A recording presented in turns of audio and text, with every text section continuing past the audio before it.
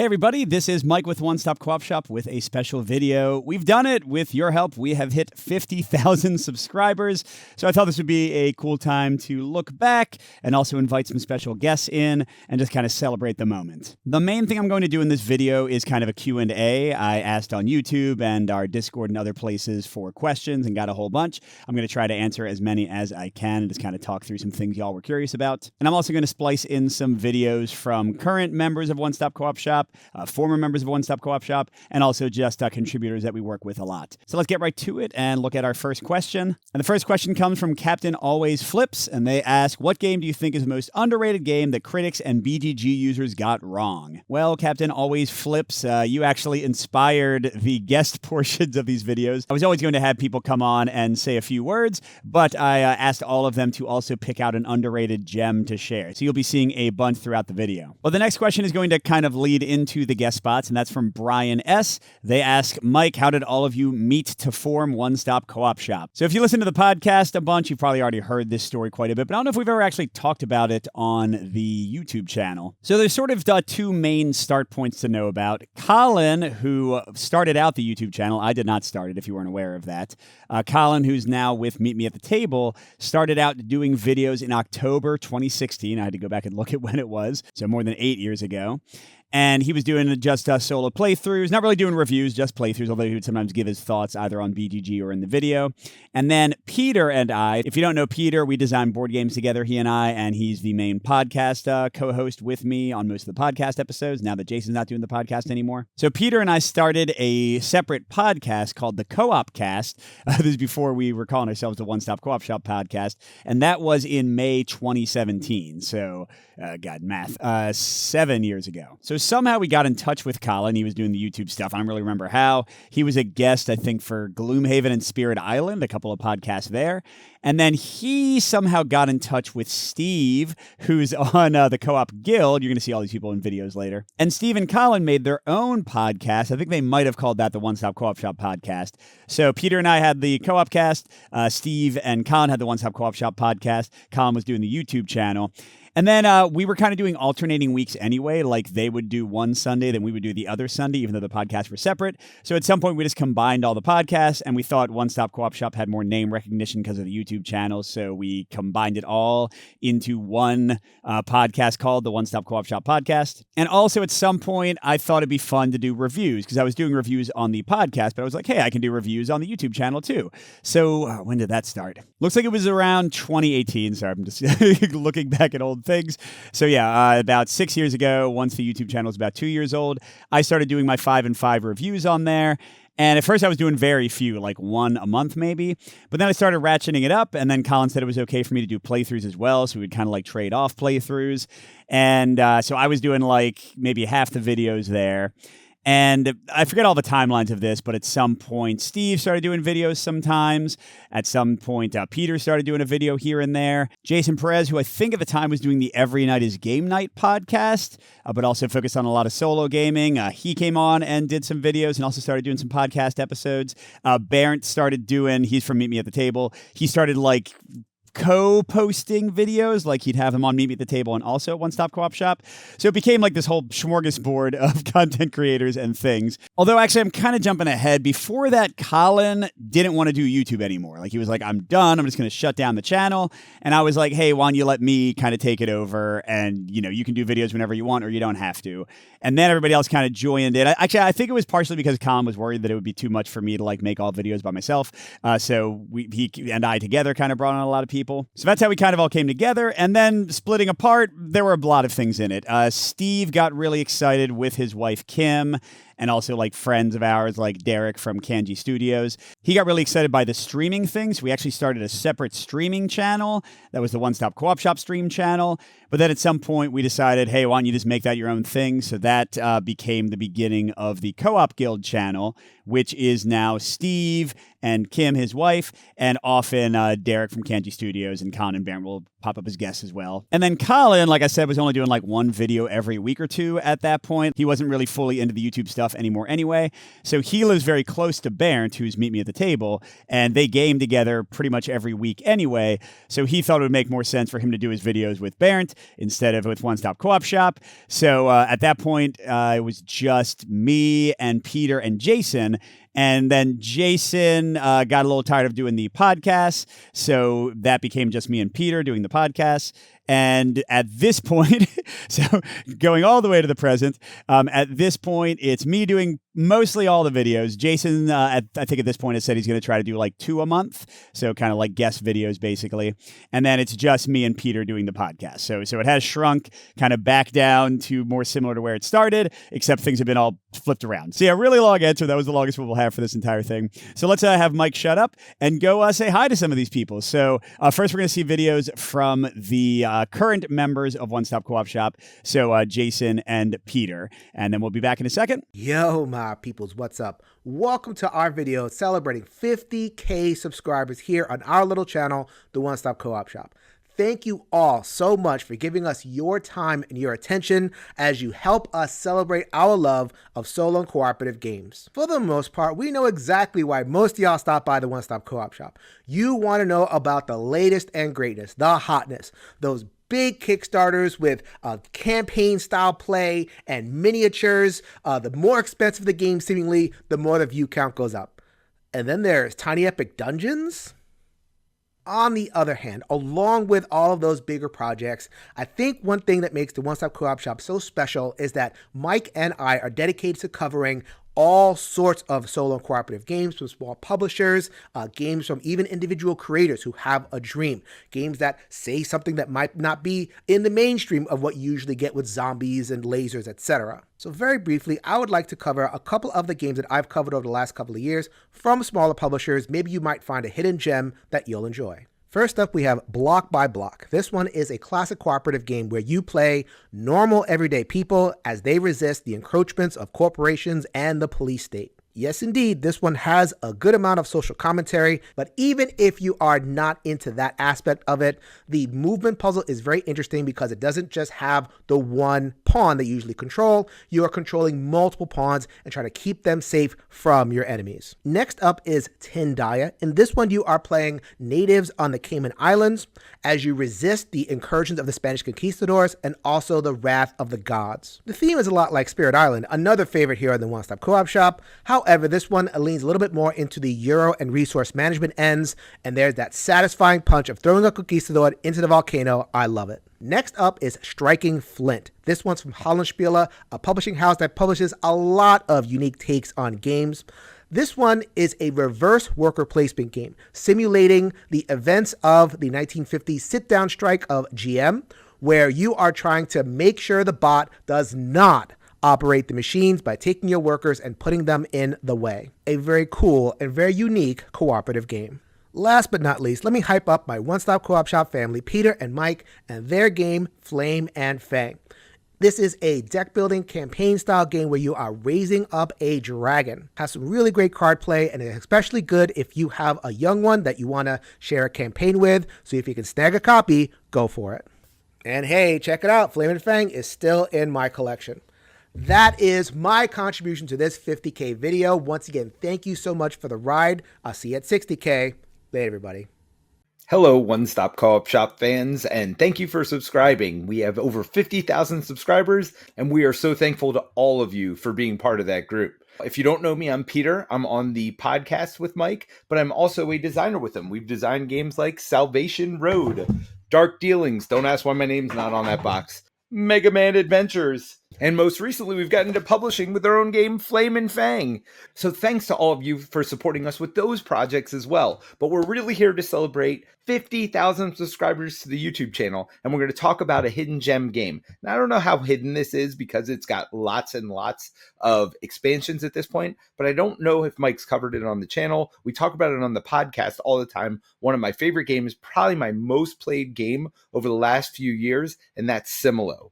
If you don't know Similo, it's a game where you have picture cards. That's basically all that comes with the set. There are different sets, like this one is the animal set, but they also have things like fables with different fable characters to them, and they have spookies, which are like scary monsters and creatures and things. You can buy whichever set you want. They're like 10 or 15 bucks a set. They even have Lord of the Rings and Harry Potter and other themed sets as well. So the way the game works is you're going to take a set of 12 cards, put them in the middle of the table. The clue giver is going to have seen one of those and picked one of those cards at random at the beginning, and they're going to try to get everyone else at the table to pick which card they're doing. You can either do it from the same set or from different sets. So if you only have one set, that's fine. You can play, no problem. You have 12 cards put on the table. One of them is what you're trying to get people to guess. The 5 cards from your hand will come from either that same set or a different set, and you're trying to get them to guess. The way you do that is you can use no words. You just put the card down either vertically, which means it's similar to the card that you're trying to get them to guess, or horizontally, which means it's different from the card you're trying to get them to guess. And that's as easy as it is. In the first round, they eliminate 1 card, then 2 cards, then 3 cards, then 4 cards. If they get all the way through that, they'll be down to the final round where you have 2 cards left, and you're just trying to get them to guess one of those 2 cards. So it's a super fun game. It's a super fast game. You can play any number of people. You just have one clue giver and as many guessers as you want. You can have people join in the middle. I usually try to have everybody give clues at least once. The game is fantastic. It's so good. So if you haven't had a chance, try Similo. Love Similo. Thanks again, and we will talk to you soon. Bye. And before we say hello to the previous members of One Stop Co-op Shop and see what their hidden gems are, let's go into some more questions. And these ones will be a lot faster than the intense story time I just did. So this one comes from Dave. He says, can you go grocery shopping without being recognized and bothered for selfies? I know he was just kind of being silly. Clearly, I'm not famous at all. But I will say that I get recognized as the guy from One Stop Co-op Shop at conventions. Not a lot, but like 2 or 3 people might come up to me like in an entire convention weekend. When I do like local game trades, I'll say like every 5th or 6th trade that I meet up with a gamer, they'll recognize me. Besides that, like nobody recognizes me. It's not like just walking around. Gamers who watch our YouTube channel are popping out of the woodwork to say hi. So yeah, it's very rare. And then another question is from Chaos. What's your WWE finishing move? And it's got to be the DDT. Sorry, this is kind of an inside joke. Chaos in our Discord has been for years wanting me to have a like Royal Rumble style cage match with Barrett from MeetMeAtTheTable. Not because we have any bad blood between us, just because he thinks it'd be funny. And yeah, DDT is kind of the thing we always talk about. But hey, speaking of Barrett, let's say hi to Barrett and Colin, the founder of the One Stop Co-op Shop channel. Let's see what they're up to at MeetMeAtTheTable. Great channel you should check out. Hello everyone, I'm Colin from Meet Me at the Table, and a huge congrats to Mike and One Stop for 50,000 subs. Woohoo! Hey Colin, did you hear? Mike got 50,000 subs over at the One Stop Co-op Shop. Congratulations So cool. to him. You know what he wants us to do? What? He wants to find hidden gems. Oh, okay. So I got one. Can I see it? Yeah, it's right here. Check out this hidden gem. It's amazing. I paid a guy with a fedora, some old guy. He had like a whip, and I sent him down to South America to pick up this gem. He said he almost got crushed by a boulder trying to get it, but he got it for me. Isn't this amazing? Everyone's gonna love that. I'm gonna give it to Mike. It's the hidden gem. Except for, wait, I think he wants a board game hidden gem. So we maybe need to think inside the box. Oh, okay, well that's okay. This belongs in a museum anyway. Which one do you got? Well, okay, this is the one that I have. I thought that no one has heard of this game. It's called Lord of the Rings, the Living Card Game. Totally, no one knows this game at all, right? Everybody knows this game. You What? got that all wrong. What? No, you got to pick out games like this. This is Nemesis. It's a sci-fi horror like game with survival. It's absolutely. Nemesis. Everybody knows Nemesis. Who doesn't know Alien? Come on. Yes, you got a point. Come Everybody should on. know Aliens. Okay, here, let me show you. Okay, show me what a hidden gem is. I have Battle for Greyport, the Red Dragon in board game. You use cards. You can play up to 5 players. Everyone plays during everybody's turn. It's super fun. A great cooperative hidden gem is this one. That sounds Not like a great Nemesis. one. Thank you Okay, very let me much. show you what else What I about have. yours? Come Well, on. it's hard for me to pick out hidden gems because all my games are bangers. I've been practicing my 15-year-old slang. Or at least trying my best. But I found this one. It's called Machina Arcana. Oh, what a great one. Good It is. choice. This is a dungeon crawler. It's a tense, very strategic co-op. It's absolutely amazing. It's got fantastic stories that you get to play through. This is a hidden gem. Great choice. I'm so love glad it. you brought that one up. That is amazing. And once again, congrats to Mike. Woohoo! Way to go. Congratulations, One Stop Co-op Shop, on 50,000 here from Meet Me at the Table. We're excited for you. You rock. All right, let's go back to some comments and questions. Blue Cheese says, thank you for pronouncing my name correctly 50% of the time. Math subject to change. Yeah, when I thanked them for being a patron on our Patreon, I got their name wrong, so sorry about that. But they also say, thanks for all your work with the channel, fostering a community, bringing attention to solo co-op gaming, blah, blah, blah, mostly the name stuff. Well, thanks to you, Blue Cheese, for being active in the forums and just being a fun guy to talk to in general. Next is Marie Laporte. Congrats for your 50,000, and thanks for all your reviews, playthroughs, and answers since the beginning. Wish you another 50,000 subs. That's awesome. Thank you so much, Marie. But let's get to a question. Matt G asks, what and when was the first game or sequence that you introduced to your son to get him into the hobby? Because, yeah, you might have, if you watch the YouTube channel diligently, you might have seen my eldest son, Harrison, crop up a few times. He's 12 now. My youngest, Colin, is not quite as much into the gaming. He's 9. And I don't honestly fully remember, going back 10 years, because I kind of started doing, a little bit of gaming with Harrison when he was, 2 or 3. But I know we started with Haba games, the one where you have to try to pick out the little eggs. Oh man, I don't remember what it's called, but the dexterity game.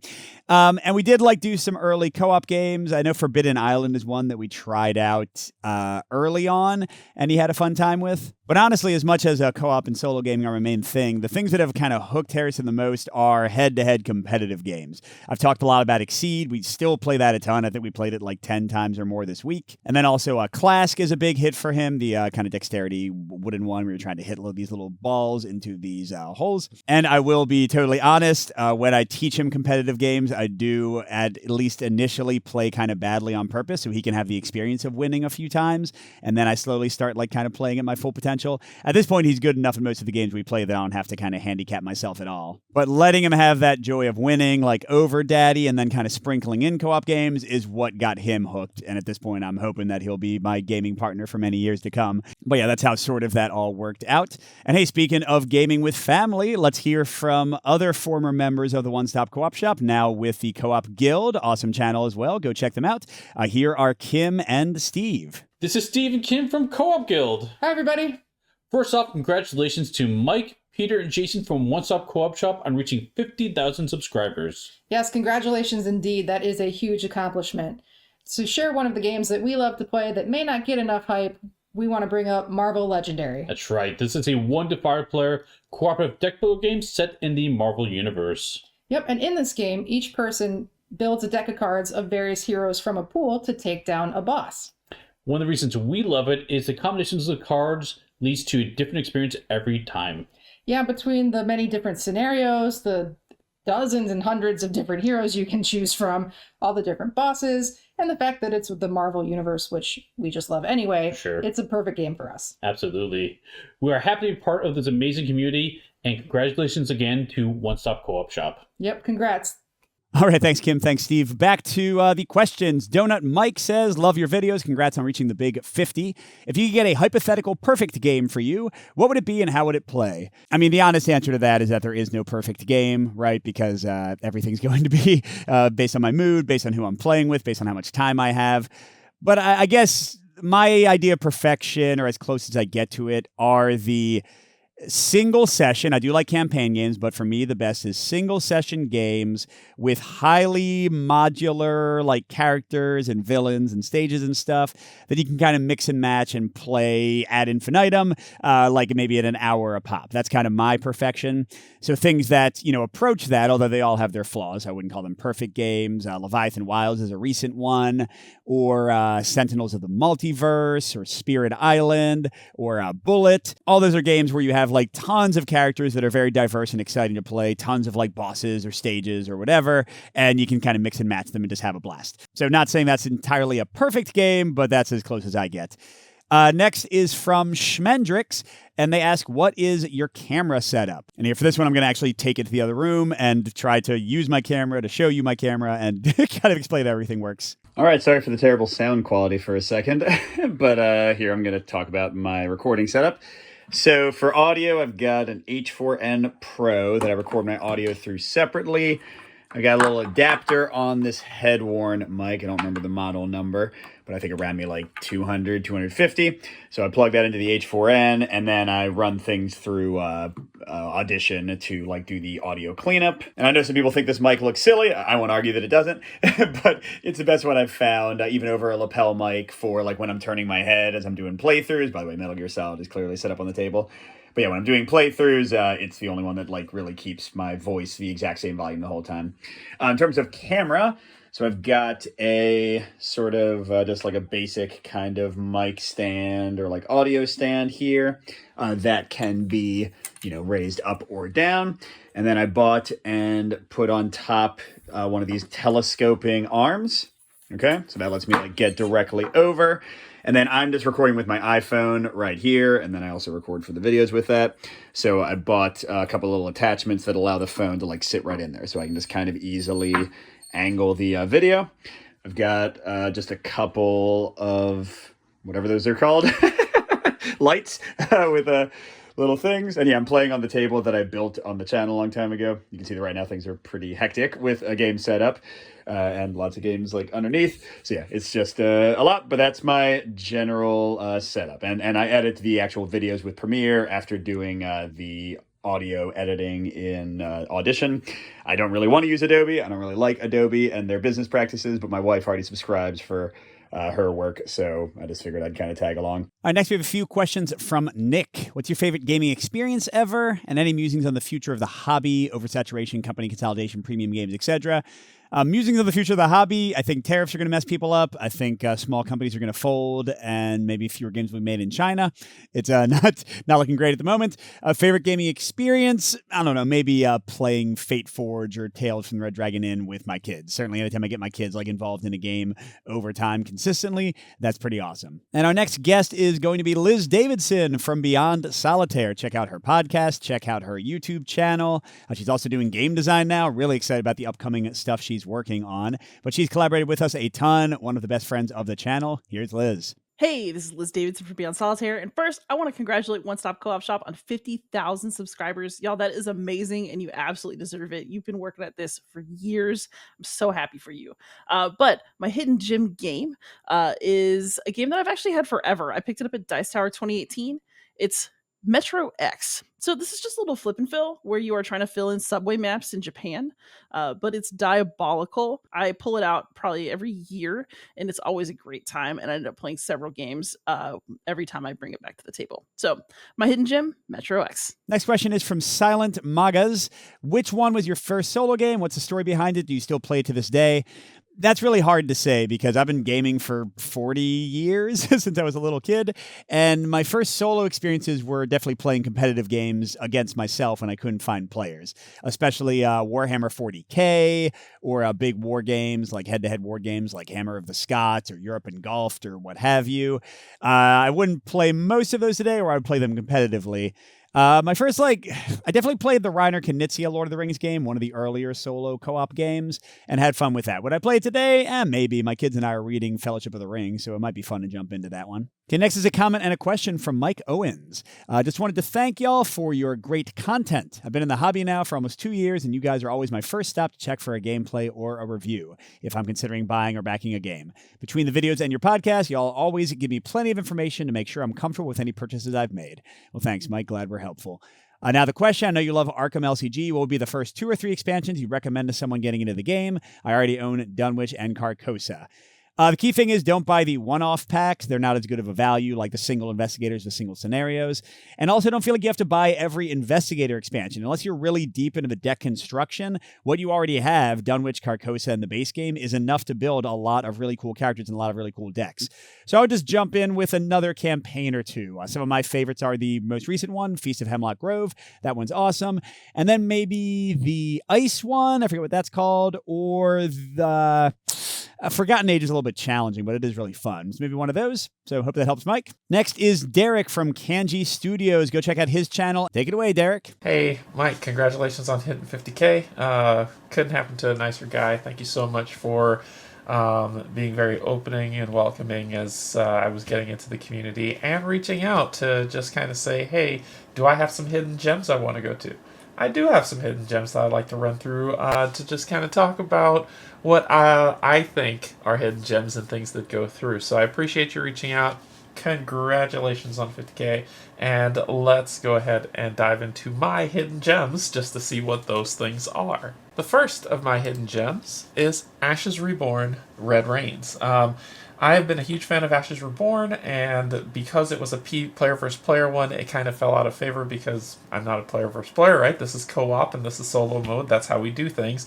But with the creation of Red Rains, it allowed you to play against the Chimera, where you could take these Phoenixborn against the Chimera, and you can play either solo or co-op, and it is just absolutely fantastic. This, to me, is a hidden gem. I'm not sure why it doesn't get as much more love than it should, because it's been out for a while, yet still a lot of people don't know about it, and as they're releasing more content. The last hidden gem that I have on my list is Adventuria. This game is on crowdfunding right now, trying to get a resurgence of it by re-releasing all of the content from the previous multiple crowdfunding campaigns that they've had into one big box, one that they rebrand, shifted, tweaked some of the rules that people thought were very fiddly or not fair, and just kind of putting it back out there for newcomers to come into the hobby, because it's a hidden gem and not a lot of people know about it. So I'm super glad that they're doing that, and hopefully people will recognize and enjoy this going forward. Mike, I just want to say thank you so much for including me in this. I really appreciate it. Happy 50K, man. You deserve it. You're an amazing person, and I'm super happy for you. So until then, I love you, and there's absolutely nothing you can do about it. Bye, everybody. Our next question is from Nate G. If you could adapt any board game into a movie or series, what game would you like to see? At first, I thought this was going the other way, because I do love to see movies and TV shows adapted into board games when it's done well.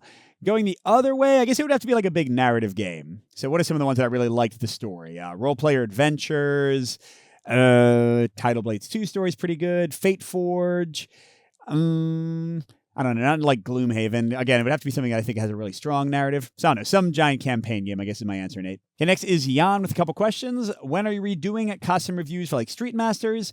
What would you change to the video formula you have now if you were given the chance to start back from scratch? So the costumes aren't coming back. As I said, I used to do like one video every month or two, so I had time to kind of put together costumes and such. Not the case anymore. So yeah, I'm not going to come back as long as I'm doing 3 or 4 videos a week. And what would I change in my format? I would just tell previous me to do what I'm doing now. These days, I like that I have like a little intro that explains the game. I didn't always have that. I like that I have footage of the game. A lot of, in some old videos, I used to like mostly just have my face. And I like the conclusion now usually says like, you might like it if you like this, you might not like it. I used to make it more like a direct recommendation, like buy or don't buy this game. And I think the new format is maybe a little bit more helpful for you to kind of make your own decisions regarding your own choices. So thanks, Jan. Dogniut asks, has there been a point in which you felt like giving up or stopping or ending the channel? Not for me. Like I said, Colin almost did, and then I kind of took it up. I could scale back, as time goes on, but for now, I'm enjoying it. It's kind of my hobby and my profession in a way, in addition to my other professions. So yeah, I like it. Okay, the next one is a big one. 4 different people asked it. Ulysses, Matthew, Deathmar, and Kevin Willis. And the general question here, I'll read Deathmar's version. I'm curious about your approach to time management. You work as a teacher, you run the channel, you play games for fun on the side, and you somehow fit being a husband and father into all of that. How much time do you spend gaming, prepping, filming, specifically for the channel in a given week?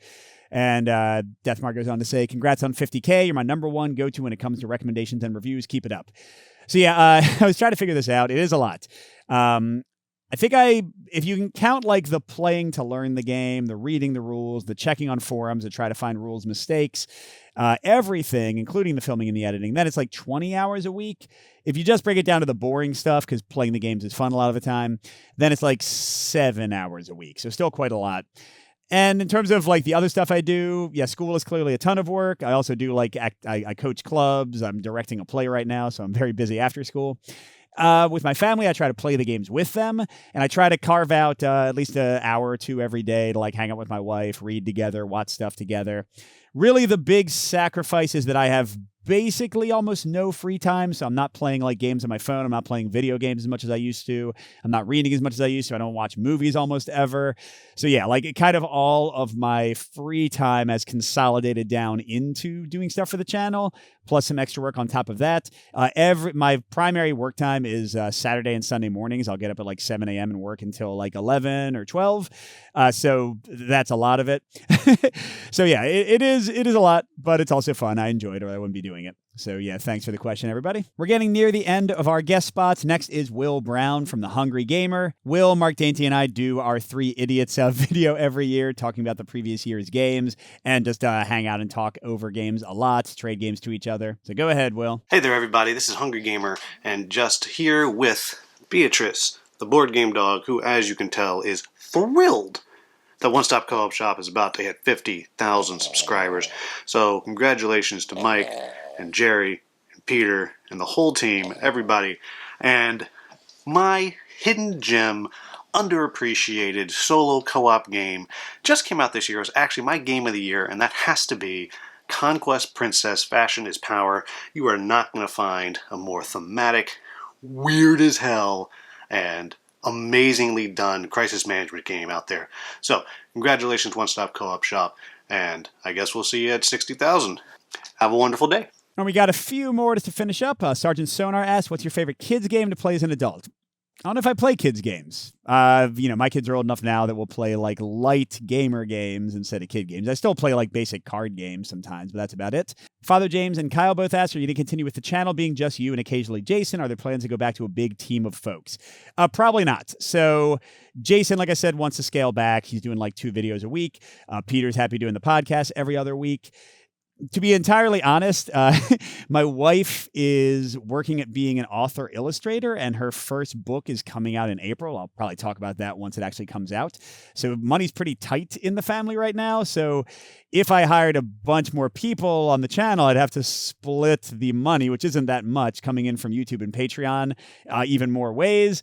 And that would make things tighter than I would like for the family. So I don't really want to bring on more people, because then it would be less money than I need.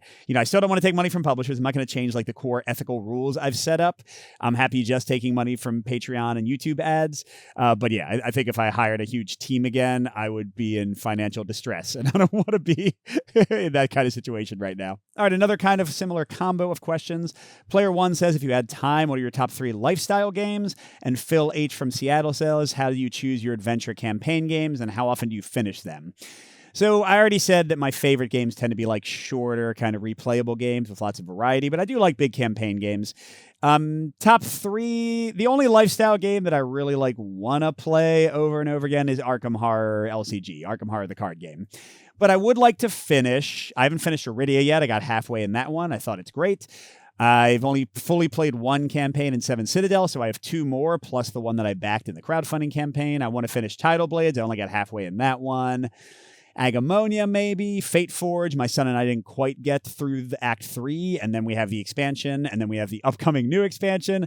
So yeah, like those are some of the ones that I want to play. But again, lifestyle games aren't my main thing. So while I would like to play more Arkham, I haven't quite played every campaign there. I don't really want to like play something like, I don't know, 40K or Kingdom Death Monster and just play the same game over and over. It's not how my tastes run. And our last guest, but not the least, here's Mark Dainty from NotBoredGaming. Go ahead, Mark. Hi everybody, it's Mark here from NotBoredGaming, and I just also want to say a huge congratulations to everybody at One Stop Co-op Shop on hitting 50,000 subscribers, even Michael Kelly.